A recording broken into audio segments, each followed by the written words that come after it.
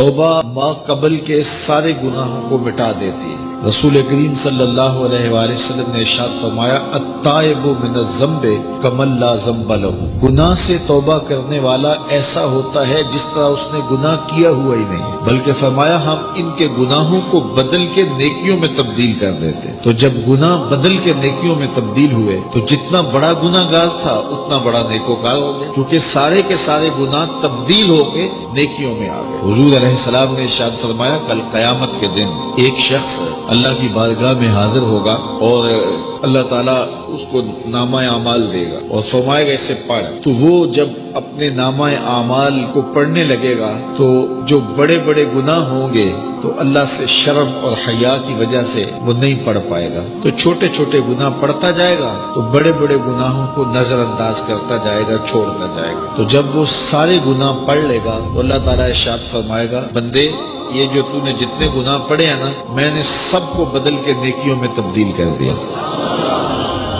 تو وہ جھٹ بولے گا اے میرے رب ابھی تو بڑے بڑے گناہ رہتے ہیں، وہ تو میں نے ابھی پڑھے ہی نہیں۔ فَضَحِكَ النَّبِيُّ حَتَّى بَدَتْ أَنْيَابُهُ، حضور اتنا مسکرائے کہ حضور کی داڑھیں نظر آنے لگی، کہ پہلے گناہ چھوڑتا جاتا تھا لیکن جب کہا کہ یہ تیرے بدل کے نیکیوں میں تبدیل کر دیے تو وہ کہتا مالک میرے تو ابھی بڑے بڑے گناہ رہے۔ اللہ تعالیٰ گناہوں کو بدل کے نیکیوں میں تبدیل کرتا ہے، تو جتنا بڑا گناہ گار ہوا اتنا بڑا نیکوکار ہوا، اور یہ اللہ کے لیے کوئی مشکل نہیں ہے۔ اگر سمندروں کی جھاگ سے بھی زیادہ گناہ ہے، رب کہتا ہے میری چوکھٹ پہ آؤ تو صحیح، دامن پھیلاؤ تو صحیح، میری دہلیز پہ آؤ تو صحیح، میں تمہارے سارے گناہ معاف کر بلکہ بدل کے نیکیوں میں تبدیل کر۔ توبہ کی شرائط 3 ہیں۔ پہلی شرط یہ ہے کہ جو گناہ کیا ہے اس پر ندامت، دوسرا یہ ہے کہ اس کو ترک کرنے کا پختہ عزم مصمم، اور تیسری چیز یہ ہے کہ آئندہ اس کو کبھی بھی نہیں کروں گا۔ اگر یہ 3 شرطوں کے ساتھ کوئی اللہ کے حضور حاضر ہو جاتا ہے تو وہ سچی توبہ ہے۔ لیکن محض کسی مجلس کے اندر توبہ توبہ پکار اٹھے، جس طرح وہ گاڑی والا ایکسیڈنٹ دیکھتا ہے تو رکتا ہے، 5 لاشیں گری ہوئی ہیں تو وہ ٹیپ بھی بند کر دیتا ہے، سارے بس والے توبہ توبہ پکارنے لگ جاتے ہیں، 1.5 کلومیٹر کے بعد پھر دوبارہ وہ بٹن دبا دیتا ہے اور پھر وہی گانے اور وہی غلیظ چیزیں اور پھر معمول کی زندگی۔ ایسی توبہ نہیں ہے۔ توبہ یہ ہے کہ ما قبل کے جو اعمال ہیں ان سے ندامت پیدا ہو اور ان کو ترک کر دیا جائے اور آئندہ عزم مصمم رکھا جائے، تو اللہ تعالیٰ جل شانہ سچی توبہ کو قبول کرتا ہے اور پھر توبہ کرنے والے کے ما قبل کے سارے گناہ مٹا کے نیکیوں میں تبدیل کر دیتا ہے۔ اللہ جل شانہ مجھے بھی آپ کو بھی سچی توبہ کی توفیق سے مالا مال فرمائے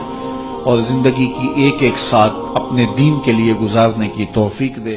خاتون حضور کی خدمت میں حاضر ہوئی اور عرض کی یا رسول اللہ صلی اللہ علیہ وسلم مجھ سے بدکاری سرزد ہو گئی ہے اور میرے پیٹ میں بچہ ہے، اور میں چاہتی ہوں کہ آخرت کی سزا کی بجائے دنیا کے اوپر اس کی سزا مجھے دے دی جائے تاکہ میں پاک ہو جاؤں اور صاف ہو جاؤں، کیونکہ آخرت کی سزائیں بہت سخت ہیں۔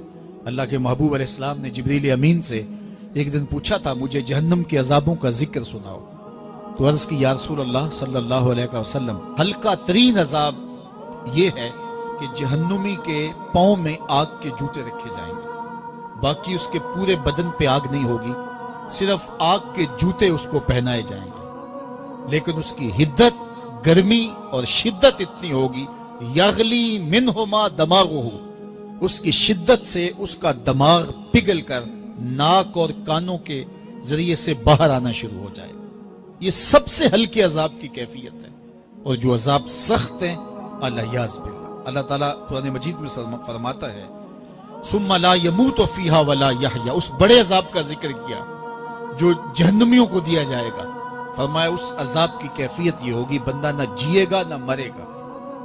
جیے گا اس لیے نہیں کہ آگے اور پیچھے دائیں اور بائیں آگ ہی آگ ہوگی، تو اس آگ میں جینا کو جینا تو نہیں ہوگا، اور مرے گا اس لیے نہیں کہ موت کو موت آ چکی ہوگی۔ تو وہ کتنا سخت عذاب ہوگا الیاذ باللہ کہ ہلکے ترین عذاب کی کیفیت یہ ہے کہ پاؤں میں آگ کا جوتا اور دماغ پگھل کے ناک اور کانوں کے راستے سے باہر آ جائے۔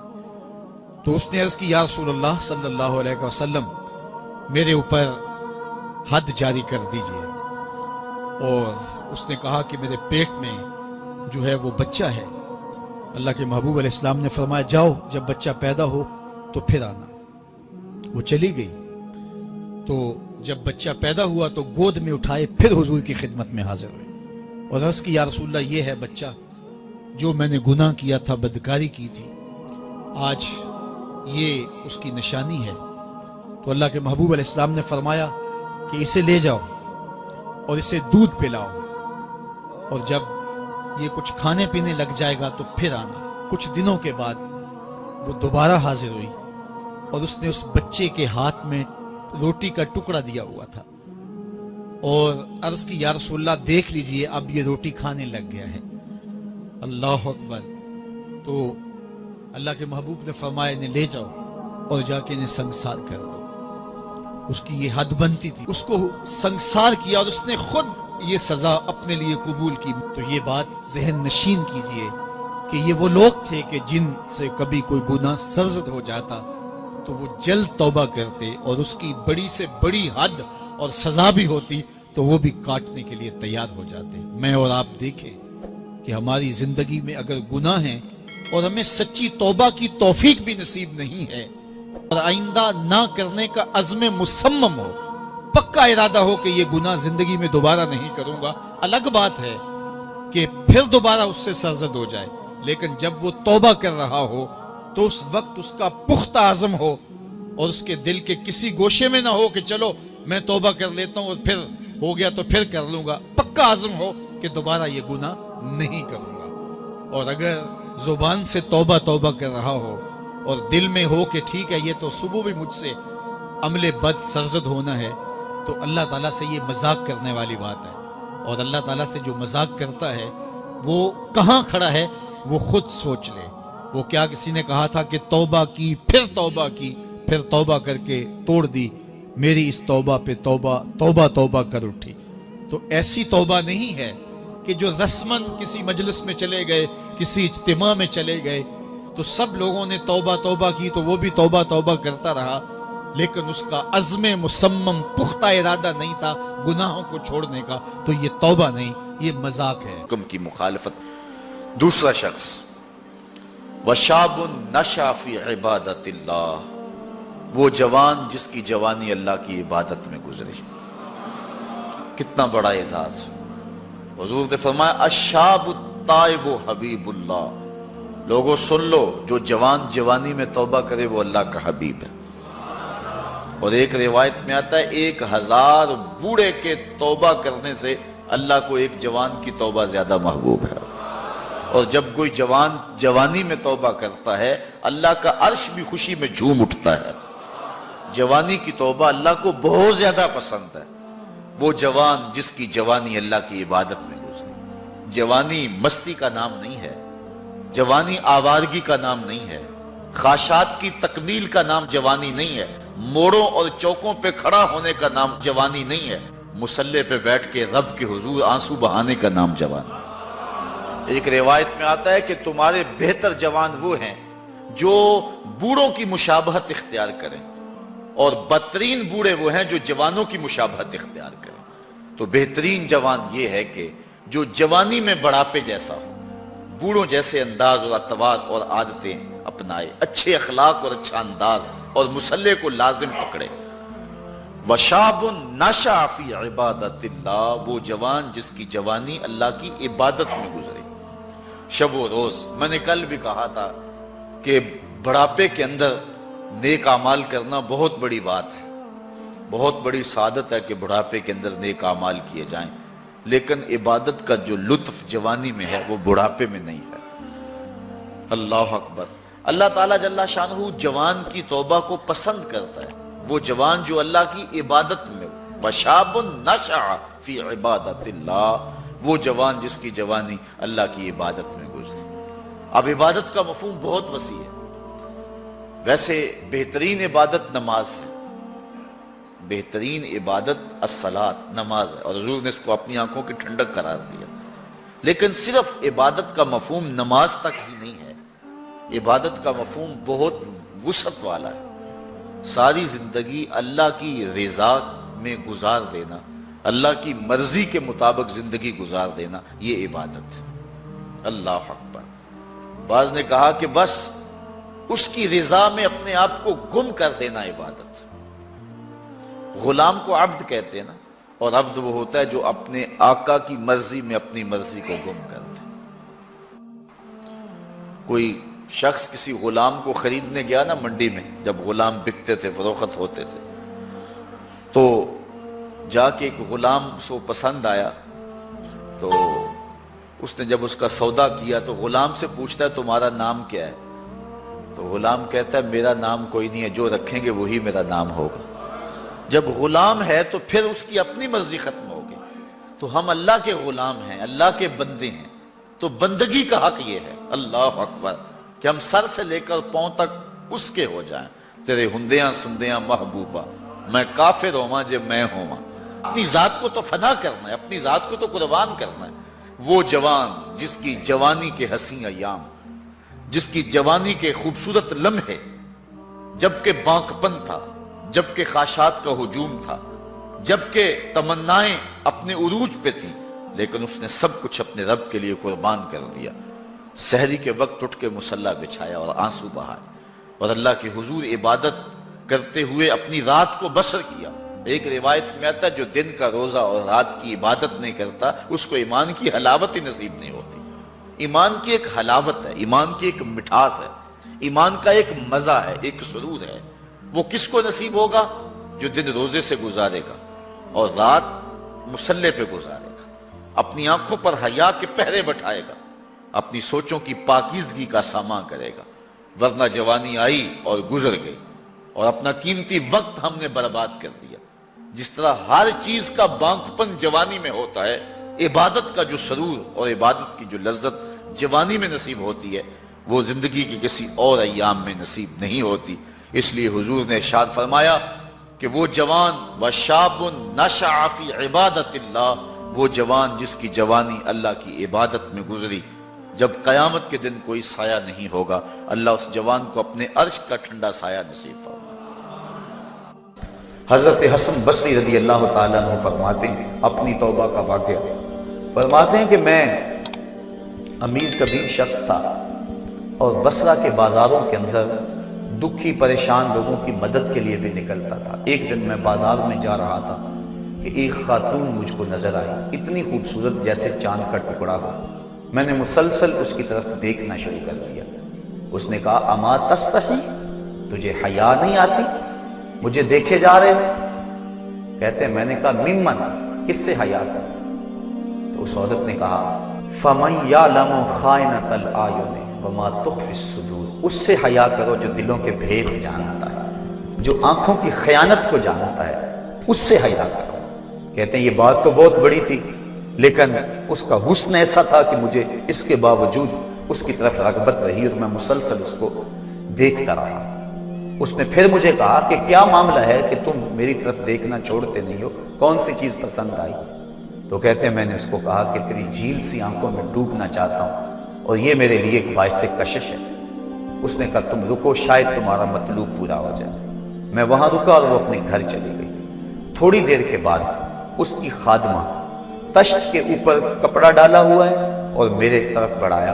کہتے ہیں میں نے جب کپڑا اٹھایا تو اس کے اندر اس کی دو آنکھیں تھیں اور اس کے اوپر لکھا ہوا تھا کاغذ کے ٹکڑے پہ لا اريد عینا یفتتن بسببها احد، میں ان آنکھوں کو رکھنا ہی نہیں چاہتی جس کی سبب سے ایک مومن فتنے میں پڑ جائے. کہتے ہیں کہ میں نے اپنی داڑھی کو پکڑا اور زاروں کے تار رونے لگا. میں نے کہا اے حسن بصری تو اس عورت سے بھی گیا گزرا ہے، اتنا خوف اس کے سینے کے اندر. کہتے ہیں میں داڑھی کو پکڑ کے زاروں کے تار رویا اور گھر چلا گیا. ساری رات میں نے توبہ میں گزاری. جب صبح کا سفیدہ طلوع ہوا میرے دل میں خیال آیا جس نے اپنی آنکھیں مار دی اس سے بھی تو معذرت کر رہا ہوں، اللہ سے تو معافی مانگی. کہتے ہیں کہ میں صبح اٹھا اور جب اس عورت کے گھر کے دروازے کے قریب پہنچا تو اس کا جنازہ نکل رہا تھا. میں پھر بڑا پریشان ہوا، واپس آیا، سارا دن مشکل میں گزارا. رات جب میں سویا تو وہ عورت مجھے خواب میں ملی. میں نے کہا کہ مجھے کوئی وصیت کرو. تو اس نے کہا اذا خلوتا فاذکر اللہ، میں تجھے وصیت یہ کرتی ہوں جب تم تنہائی میں ہوا کرو تو اللہ کو یاد کیا کرو. وَإِذَا أَصْبَحْتَ وَأَمْسَيْتَ فَاسْتَغْفِرِ اللَّهَ وَتُبْ إِلَيْهِ، اور جب تم صبح کرو یا شام کرو تم استغفار پڑھا کرو اور اللہ سے توبہ کیا کرو۔ حضرت حسن بصری فرماتے ہیں کہ اس عورت کا یہ عمل مجھے توبہ کے راستے پہ ڈال لیا، پھر وہ حسن بصری زمانے کے امام اور مقتدا بنے۔ تو انسان جب عبرت حاصل کرنے پہ آتا ہے تو ایسے اسباب اس کے لیے مہیا ہو جاتے ہیں، توبہ کرنے میں دیر نہیں کرنی چاہیے۔ بعض بات بندہ سوچتا ہے کہ ابھی میرے بڑے کام پڑے ہوئے ہیں، جب میں بوڑھا ہوں گا میں ریٹائرمنٹ لے لوں، میں بچوں کی شادیاں کر لوں، بس پھر فراغت ہو جائے گی، بچے کاروبار سنبھال لیں گے، پھر میں ہوں گا، مسجد ہوگی۔ یہ ایسا بندہ کہہ رہا ہے جس کی ملک ایک سانس بھی نہیں ہے، جو ایک سانس کا بھی مختار نہیں ہے، اور ایسے بات کر رہا ہے جس طرح سب کچھ اس کے قبضے میں ہو۔ تو توبہ کے اندر تاخیر نہیں کرنی چاہیے۔ بنی اسرائیل کے اس شخص کا واقعہ آپ کو پہلے بھی شاید میں نے کسی مجلس کے اندر عرض کیا تھا کہ جس کو طول عمل نے برباد کر دیا، اس کی نیکیوں کی وجہ سے اس کو خبر پہنچی کہ اس کی عمر 1000 سال ہے، تو اس نے کہا جب میری عمر اتنی لمبی ہے تو پھر میں عبادت کی بھٹی کے اندر کیوں جلتا رہوں، میں 900 سال گناہ کر لیتا ہوں اور 100 سال قبل توبہ کر لوں گا اور گناہوں کی معافی چاہ لوں گا۔ 900 سال گناہ کرتا رہا، 100 سال جب باقی رہا خیال آیا، پھر سوچا ابھی بڑا وقت پڑا ہوا ہے، میں 90 سال مزید گناہ کر لیتا ہوں، 10 سال قبل میں جو ہے وہ توبہ کر لوں گا۔ 10 سال رہ گئے، پھر خیال آیا 9 سال گناہ کر لیتا ہوں، 1 سال قبل توبہ کر لوں گا۔ جب 1 سال رہ گیا پھر توبہ کی سوچ آئی تو کہنے لگا 12 ماہ ہوتے ہیں سال کے، میں 11 ماہ تک گناہ کر لیتا ہوں، 1 ماہ قبل میں توبہ کر لوں گا۔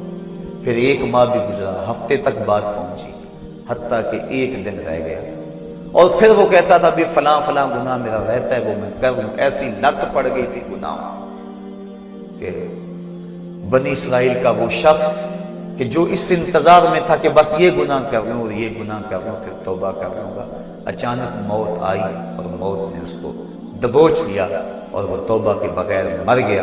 تو طول عمل، لمبی امید کہ ابھی وقت میرا بڑا پڑا ہوا ہے، پہلے تو پتہ ہی نہیں ہے کہ وقت موجود بھی ہے یا کہ نہیں، اگلی سانس آئے گی یا کہ نہیں، دوسری بات جو کیفیت اب ہے پتہ نہیں آگے ہو یا نہ ہو۔ شیطان کو جتنی مہلت دو گے، جتنی بیماری گھر کر جائے گی، اس قدر ہی اس کا ختم ہونا مشکل ہے۔ اس لیے جب گناہ کرے تو فوراً توبہ کر لے، گناہ مٹ جاتا ہے۔ اور اگر انسان کہتا ہے کہ نہیں یہ کر لوں پھر توبہ کروں گا، تو توبہ کو مؤخر کرنا انسان کو گناہ پر دلیر بنا دیتا ہے۔ اور ایک حدیث میں آتا ہے جب انسان گناہ کرتا ہے تو اس کے دل پر ایک سیاہ نقطہ پڑتا ہے، اگر وہ توبہ کر لے تو وہ مٹ جاتا ہے، دل شفاف ہو جاتا ہے۔ لیکن اگر وہ توبہ نہ کرے پھر دوبارہ گناہ کرے تو دل پر ایک اور سیاہ نقطہ پڑ جاتا ہے، پھر وہ گناہ کرتا رہتا ہے اور دل کے اوپر سیاہی پھیلتی رہتی ہے، حتیٰ کہ ایک دن آتا ہے کہ پورا دل اس سیاہی کی لپیٹ میں آ جاتا ہے، اور جب پورا دل سیاہ ہو جائے پھر گناہ کر کے بھی اس کو ندامت اور شرمندگی نہیں ہوتی۔ مومن تو جب گناہ کر بیٹھتا ہے تو محسوس کرتا ہے جس طرح پہاڑ کے نیچے آ گیا، ابھی گر جائے گا اور مجھے کچل دے گا۔ اور منافق یہ سمجھتا ہے گناہ کرنے کے بعد کہ بدن پہ مکھی بیٹھی تھی، ہلکے سے اشارے سے میں نے اس کو اڑا دیا، وہ مکھی کے بیٹھنے جیسی کیفیت کا احساس کرتا ہے منافق۔ تو جب دل سیاہ ہو جائے تو بندہ گناہ پہ گناہ کرتا ہے، زندگی گناہوں سے لتڑی ہوئی گزرتی ہے لیکن توفیق توبہ نہیں ملتی۔ صاحبو، زندگی بیت رہی ہے، ایک ایک لمحہ کٹ رہا ہے، ہم لمحہ لمحہ موت کے قریب ہو رہے ہیں، ہم سمجھتے ہیں ہم بڑے ہو رہے ہیں لیکن نہیں، ہم چھوٹے ہو رہے ہیں۔ جب گنتی الٹی شروع ہو جائے کام جلدی 0 تک پہنچ جاتا ہے، سانسوں کی الٹی گنتی شروع ہے اور ہم لمحہ لمحہ قریب ہو رہے ہیں۔ رمضان کا موسم ہے، جمعۃ المبارک کا یوم سعید ہے، سہانی گھڑیاں ہیں، امٹتی ہوئی رحمتوں کی برسات ہے۔ فرمایا حدیث میں کہ ایک ساتھ جمعۃ المبارک میں ایسی ہوتی ہے جس میں جو دعا مانگو اللہ اسے قبول فرما لیتا ہے۔ اور حضرت عبداللہ ابن مسعود رضی اللہ تعالیٰ عنہ فرماتے ہیں کہ جس نے وضو کیا اور اچھا وضو کیا اور اس کے بعد 2 رکعت نوافل ادا کیے اور اس کے بعد دعا استغفر اللہ العظیم الذی لا الہ الا هو الحی القیوم واتوب الیہ، کہتے جس نے اس دعا کو پھر پڑھ لیا، اگر اس کے گناہ ہیں وہ سمندر کی جھاگ کے برابر بھی ہو، اللہ سارے معاف فرما۔ مالک تو گناہوں کو معاف کرنے والا ہے، ہم ہی جہنم میں چھلانگیں لگا رہے ہیں لیکن وہ تو کہتا ہے آج میری رحمت کے دروازے کھلے ہوئے ہیں، اسیاں سے کبھی ہم نے کنارہ نہ کیا، تو نے بھی مگر دل آزردہ ہمارا نہ کیا، ہم نے تو جہنم کی بہت تدبیر کی، تیری رحمت نے لے کر گوارا نہ کیا۔ اس کی رحمتیں بندے کو آوازیں دے رہی ہیں، یا ایھا الانسان ما غرک بربک الکریم، اے انسان تجھے کریم رب کے دروازے سے کس نے ہٹا دیا؟ الذی خلقک فسواک فعدلک فی ای صورت ما شاء رکبک، جس نے تجھے پیدا کیا، جس نے تجھے تخلیق کیا، تجھے حسن اور جوانی دی، تیرے اعضاء کو توازن اور اعتدال دیا۔ ذرا دیکھ تو صحیح، ماضی کو جھانک کر کے تو دیکھ، تیرے ہاتھ تھے پکڑنے کا سلیقہ نہیں تھا، تیری ٹانگیں تھی چلنے کا طریقہ نہیں تھا، تیری زبان تھی بولنے کا اسلوب تجھے نہیں آتا تھا، تو دودھ بھی مانگنا ہوتا تو روتا تھا۔ ہم نے تیری ماں کے سینے میں تیرے لیے پیار ڈال دیا، اگر ماں کے سینے میں پیار نہ ڈالتے بتا تو بچ جاتا، تیری گندگی سے لتھڑ جاتا تھا، ماں صاف کرتی تھی، اگر ماں کے سینے میں یہ پیار نہ ہوتا تجھے کیڑے پڑ جاتے۔ آج تیری چھاتی میں زور ہے، آج ہاتھیوں کو تو بٹھا لیتا ہے، آج شیروں کو تو نچا لیتا ہے، زمانہ تیرا باج گزار ہے، آج تو منسٹر ہے، آج تو مولوی ہے، آج تو مفتی ہے، آج تیرے نام کی دہائی ہے، آج تو عہدہ قضا پہ فائز المرام ہے، آج تو عہدہ صدارت پہ فائز المرام ہے، آج تو ناظم ہے، آج دولت کی ریل پیل تیرے گھر میں ہے، آج تیری فوجیں تیرے پشت پہ ہیں، آج کوئی تجھے پوچھنے والا نہیں، لیکن ذرا پلٹ کے دیکھ کہ ماضی میں تو تھا کیا۔ اچھا پیچھے نہیں پلٹ کے دیکھنا تو ذرا آگے پلٹ کے دیکھ لے، پھر دوبارہ ہو وہی حالت، ڈنڈے کو پکڑ پکڑ کے چلے گا، پھر ڈنڈا بھی جواب دے گا، چارپائی سے لگ گیا، فالج ہو گیا۔ گھر والوں نے 4 دن تو بڑی خدمت کی، آخر انہوں نے بھی کام پہ جانا، پھر بیویوں کے سپرد کر کے چلے گئے، کتنی دیر خدمت ہوگی؟ اب سارے تنگ آ گئے، آہستہ آہستہ منہ سے یہ دعائیں نکلنے لگی، اللہ بابے کو پردہ دے دے تو ٹھیک ہے، بتا ہم تجھے پردہ نہ دیتے تو کیا کرتا؟ ہم نے زندگی دی، یہ بھی ہمارا احسان، اب تو اس حالت میں ہے کہ تیرا دھڑ مارا گیا، چارپائی پہ لگ گیا، بولو براز اوپر، مصیبت بن گئی، گھر والے بھی تنگ، تجھے اندر سے نکال کر برآمدے میں رکھ دیا کہ بابا کھانستا ہے، بچے ڈسٹرب ہوتے ہیں، جراثیم پھیلتے ہیں، اب تجھے باہر رکھ دیا گیا، تو اپنے آپ سے تنگ آ گیا، ڈاکٹر کو کہتا ہے لگا زہر کا ٹیکہ، ڈاکٹر زہر کا ٹیکہ بھی لگائے، بتا تجھے موت نہ آئے تو کیا کرے؟ ہم نے تجھے زندگی دی، یہ بھی ہمارا احسان، فَأَمَاتَهُ، ہم نے تجھے موت عطا کی، یہ بھی ہمارا احسان، فَأَكْبَرَهُ، اگلی کہانی بھی سن، کتا بھی تو مرا تھا، گھسیٹ کے روڑی پہ نہیں ڈال دیا، بکری بھی تو مری تھی، گھسیٹ کے روڑی پہ نہیں ڈال دیا، اگر تجھے بھی پکڑ کے روڑی پہ ڈال دیا جاتا تو کیا کر سکتا تھا؟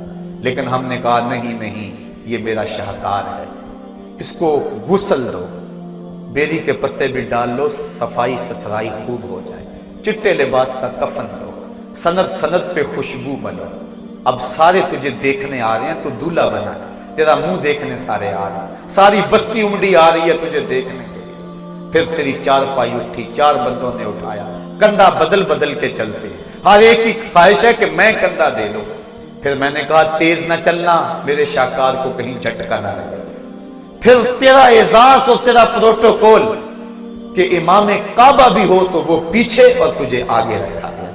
انسان ذرا غور تو کر، تو کس چیز پہ نازاں ہے اور بھول گیا اس رب کو؟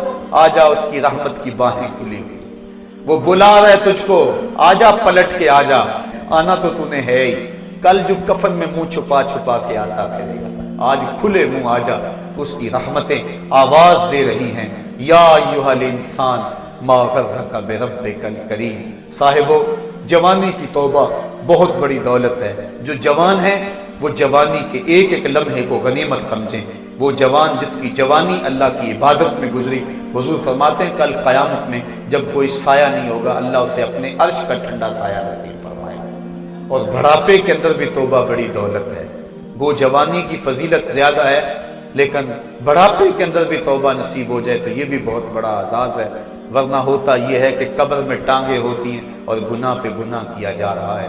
وہ کیا کہا تھا میاں محمد بخش عارف کھڑی رومی کشمیر نے کہ ہڈیاں کمبن گوڈے کھڑکن تے اڑ گیا لک تیرا، اجے بھی بدیوں باز نہ آیا، جیو مرد دلیرا۔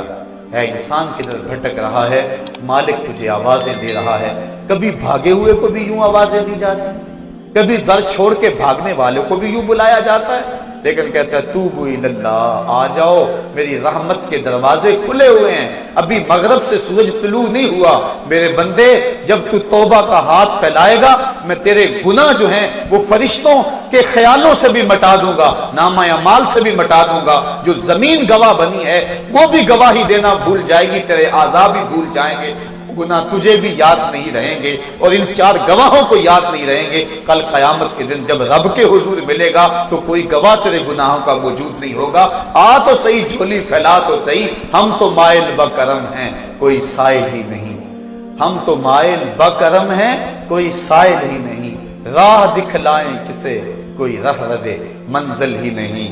آؤ، توبہ کا دروازہ کھلا ہے، اس کی رحمتوں کا دروازہ واہ ہے، اس کی کرم نوازیاں تمہیں آواز دے رہی ہیں، جھجک آتی ہے اس کے در پہ آتے ہوئے، چلو میرے نبی کا وسیلہ لے کر آ چلو۔ وَلَوْ أَنَّهُمْ إِذْ ظَلَمُوا أَنفُسَهُمْ جَاءُوكَ، اگر تم گناہ کر بیٹھے ہو، اپنی جانوں پہ ظلم کر بیٹھے ہو، آؤ تمہیں توبہ کا ایک اور راستہ دکھاؤں، آسان راستہ، کہ تم میرے نبی کی چوکھٹ پہ آؤ اور یہاں آ کے معافی مانگو، پھر میرا نبی تمہارے لیے ہاتھ اٹھا دے۔ تم تو معافی مانگنے آئے تھے، لَوَجَدُ اللَّهَ تَوَّابًا رَحِيمًا، توبہ تو ملنی ہی ملنی ہے، نبی کو ساتھ لے آئے ہو، میں رحمت بھی فرما دوں گا، اضافی رحمت اپنی جانب سے فرماؤں گا، آؤ تو صحیح میری چوکھٹ پہ۔ اللہ کے محبوب کی چوکھٹ پہ صحابہ آیا کرتے تھے، اور محبوب کے جب ہاتھ اٹھتے تو پھر دعائیں قبول ہوتی، توبہ کے دروازے کھل جاتے اور اللہ کی رحمتیں برستی۔ ابو لبابہ کی توبہ کا واقعہ کتب حدیث کے اندر موجود ہے، اور دیگر صحابہ کی توبہ کے واقعات موجود ہیں۔ حضور کے انتقال کے بعد حضور کی قبر پہ چلے جاؤ، امام عطابی کہتے ہیں کہ میں حضور کے روضے پہ بیٹھا تھا، ایک دیہاتی آیا اور حضور کے روضے پہ کھڑا ہو کے کہنے لگا، حضور میں گناہوں کی بخشش کے لیے آیا ہوں اور بغیر مغفرت کے تو نہیں جاؤں گا۔ کہتے ہیں وہ اس قدر فریاد کرتا رہا، روتا رہا کہ مجھے اس کی حالت پہ ترس آ رہا تھا۔ جب وہ چلا گیا میری آنکھ لگ گئی، آنکھ لگی تو خواب میں حضور کی زیارت نصیب ہوئی، اور آقا کریم نے فرمایا قم یا عتابی، عتابی اٹھو اور اس عرابی کو تلاش کرو، اور جب مل جائے تو میری طرف سے جنت کی بشارت ہے۔ اور صاحب مدارک نے ایک روایت لکھی ہے کہ ایک شخص حضور کے روضے پہ آیا اور حضور کے مبارک روضہ کی مٹی کو، تربت نور کو اپنے سر میں ڈال رہا ہے، اور کہتا ہے میں تو گناہوں کی بخشش کے لیے آیا ہوں۔ یہ حضور کے انتقال سے 3 دن کے بعد کا واقعہ ہے۔ وہ کہتا ہے میں تو مغفرت کے بغیر جانا ہی نہیں ہے۔ وہ تو چلا گیا لیکن یہ جم کے بیٹھ گیا، غنی کے در پہ ڈیرے جما دیے، کہا میں تو نہیں جاؤں گا جب تک میری مغفرت نہ ہو۔ فنودی من القبر انہ قد غفر لک، صاحب مدارک لکھتے ہیں گنبد خضرا سے آواز آئی، جا تیرے گناہوں کو معاف کر دیا گیا۔ مجرم ہو تو منہ اشکوں سے دھوتے چلے آؤ، آؤ در تواب پہ روتے چلے آؤ۔ قرآن میں مذکور ہے بخشش کا طریقہ سرکار کی دہلیز سے۔ حضرت علی المرتضیٰ رضی اللہ تعالی عنہ نے فرمایا جھوٹوں والی توبہ نہ کرو۔ عرض کی کہ یہ جھوٹوں والی توبہ ہے؟ فرمایا ہاں، زبان سے استغفار پڑھنا لیکن استغفار دل میں نہ اترے۔ ایک حدیث شریف کے الفاظ ہیں التائب من الذنب کمن لا ذنب لہ والمستغفر من الذنب وہو مقیم علیہ کالمستہزئ بربہ۔ گناہ سے توبہ کرنے والا ایسا ہے جس طرح اس نے گناہ کیا ہوا ہی نہیں، اور استغفار کرنے والا اور گناہ کے اوپر وہ جمع ہوا ہے لیکن گناہ نہیں چھوڑتا اور استغفار کیے جا رہا ہے، فرمایا وہ ایسا ہے جس طرح اپنے رب سے مذاق کر رہا ہے۔ تو توبہ کی حقیقت تو یہ ہے کہ انسان عزم مصمم کرے کہ دوبارہ میں یہ گناہ نہیں کروں گا۔ جس طرح تھنوں میں دودھ کو واپس کرنا مشکل ہوتا ہے، اس طرح اس کا گناہ کی طرف لوٹنا مشکل ہو۔ تو حضرت علی المرتضیٰ رضی اللہ تعالیٰ عنہ نے فرمایا کہ سچوں والی توبہ کر، جھوٹوں والی توبہ نہ کر۔ اس نے عرض کی حضور آپ بتائیں سچوں والی توبہ کیا ہے؟ تو حضرت علی المرتضیٰ رضی اللہ تعالیٰ عنہ نے فرمایا سچوں کی توبہ کی 6 شرائط ہیں۔ پہلی شرط یہ ہے کہ گناہ پر ندامت اختیار کی جائے، جو سابق گناہ کیے ہیں اس پہ شرمندگی ہو۔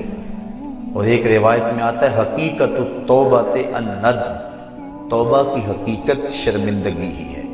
جب بندہ شرمندہ ہو جائے تو یہ توبہ کا روپ ہے، اور یہ توبہ کا انداز ہے۔ تو کہا پہلی چیز سابقہ گناہوں سے توبہ کر۔ دوسری بات جو فرائض رہ گئے ہیں ان کی قضا کر۔ توبہ کرنے سے پچھلی نمازیں اور جو فرائض اور روزے رہ گئے ہیں وہ معاف نہیں ہو جاتے، بلکہ توبہ تو اس بات کی ہے کہ جو وقت پہ میں نہیں پڑھ سکا، اے اللہ وہ مجھے معاف کر دے، آئندہ میں وعدہ کرتا ہوں کہ جو میرے ذمے قرض ہے میں اس کو ادا کروں گا، اور نمازیں، روزے اور دیگر جو تیرے حقوق ہیں میں ان کو ادا کروں گا۔ تو فرائض جو رہ گئے ہیں ان کی قضا کریں۔ تیسری شرط کسی کا قرض دینا ہو تو اس کو ادا کریں۔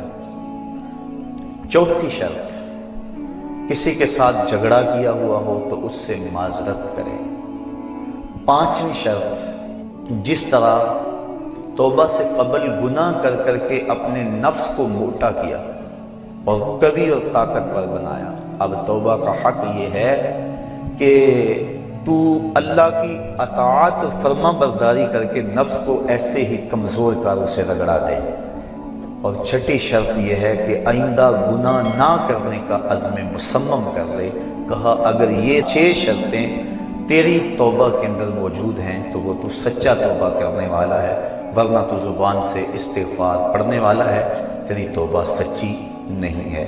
تو توبہ سچی یہی ہے کہ انسان خلوص کے ساتھ ان شرائط کے ساتھ اللہ کے حضور رجوع لائے، اور جب بندہ اللہ کے حضور رجوع لے آتا ہے تو پھر اس کے گناہ جتنے مرضی ہوں اللہ تعالیٰ معاف فرما دیتا ہے۔ گناہ کر بیٹھتا ہے اس کو ایک خوبصورت راستہ دیا گیا کہ اس نے جو بھی کیا ہے ہو گیا اس سے، اب اپنے دستے دعا کو اٹھائے اور اپنے مالک کے حضور حاضر ہو جائے، عرض کرے مالک نادانی اور جہالت کی وجہ سے مجھ سے یہ گناہ سرزد ہو گیا، میں تیری بارگاہ میں حاضر ہوں۔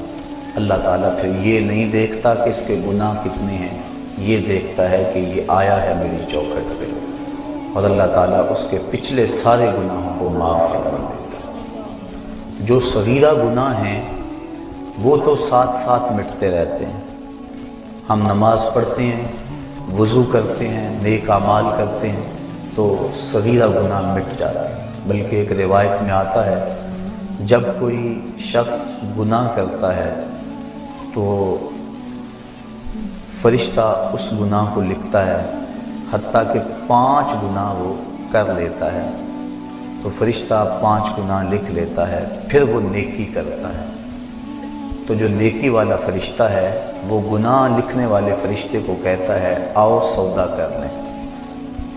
وہ کہتا ہے کیا سودا؟ تو وہ کہتا ہے کہ جب کوئی ایک نیکی کرے تو 10 نیکیاں میں نے لکھنی ہیں، میں 10 نہیں لکھتا 5 لکھتا ہوں، تو 5 گناہ مٹا دے۔ تو وہ برائیاں لکھنے والا فرشتہ 5 گناہ مٹا دیتا ہے اور یہ 5 نیکیاں لکھ دیتا ہے، اور اللہ تعالیٰ مومن کا معاملہ یوں ہی صاف فرماتا رہتا ہے۔ کتنی کرم نوازی ہے اپنے بندے پہ اس کی، اگر اس کے در پہ آئے اپنی جھولی پھیلائے، اس کے گناہ جتنے مرضی زیادہ ہوں، جس طرح کہ ایک شخص حضور کی خدمت میں حاضر ہوا تو اس نے کہا میں بہت بڑا گناہ گار ہوں، تو حضور فرمایا تیرے گناہ سمندر کی جھاگ سے بھی زیادہ ہیں؟ تو اس نے کہا ہاں زیادہ ہیں۔ کہا زمین و آسمان سے بھی زیادہ ہیں؟ کہا ہاں زیادہ ہیں۔ پھر حضور نے فرمایا کیا تیرے گناہ اللہ کی رحمت سے بھی زیادہ ہیں؟ اس نے کہا نہیں۔ تو اس کو مجدہ رحمت دیا گیا۔ تو اس کی حضور اگر کوئی جھولی پھیلاتا ہوا آ جائے تو اس جھولی کو خالی نہیں رکھا جاتا، مالک کے در پہ آنے والا اس کی رحمتوں کا حقدار ٹھہرتا ہے۔ ارشاد فرمایا یا ایھا الذین آمنوا توبوا الی اللہ توبۃ نصوحا، اے ایمان والو اللہ کے حضور توبہ کرو۔ کون سی توبہ؟ توبہ نصوحا۔ اب توبہ نصوحا کیا ہے؟ مفسرین کے اس پر 22-23 اقوال موجود ہیں، لیکن حضرت معاذ بن جبل رضی اللہ تعالی عنہ حضور رسالت مآب صلی اللہ علیہ وآلہ وسلم سے روایت کرتے ہیں کہ آقا کریم کی خدمت میں ایک شخص حاضر ہوا، اس نے عرض کی مت توبۃ النصوح، حضور توبۃ النسو کیا ہے؟ تو آقا کریم علیہ السلام نے ارشاد فرمایا ان یندم العبد علی الذنب الذی اصاب فیعتذر الی اللہ تعالی ثم لا یعود الیہ کما لا یعود اللبن الی الدرع۔ فرمایا کہ توبہ نسو یہ ہے کہ انسان جب گناہ کر بیٹھے تو اللہ کے حضور اس کی معذرت پیش کرے اور دوبارہ گناہ کی طرف اس کے لیے پلٹنا اتنا ہی مشکل ہو جس طرح کے تھنوں سے نکلا ہوا دودھ واپس کرنا مشکل ہوتا ہے۔ تو اگر کسی شخص کی یہ کیفیت ہو جائے تو وہ توبۃ النسو کے مقام پہ فائز المرام ہے۔ حضرت علی المرتضیٰ رضی اللہ تعالی عنہ تشریف فرما تھے کہ ایک اعرابی آیا، اس نے استغفار طلب کرتے ہوئے کہا اللہم انی استغفرک و اتوب الیک، اے اللہ میں تیری بارگاہ میں استغفار طلب کرتا ہوں اور تجھ سے رجوع کرتا ہوں۔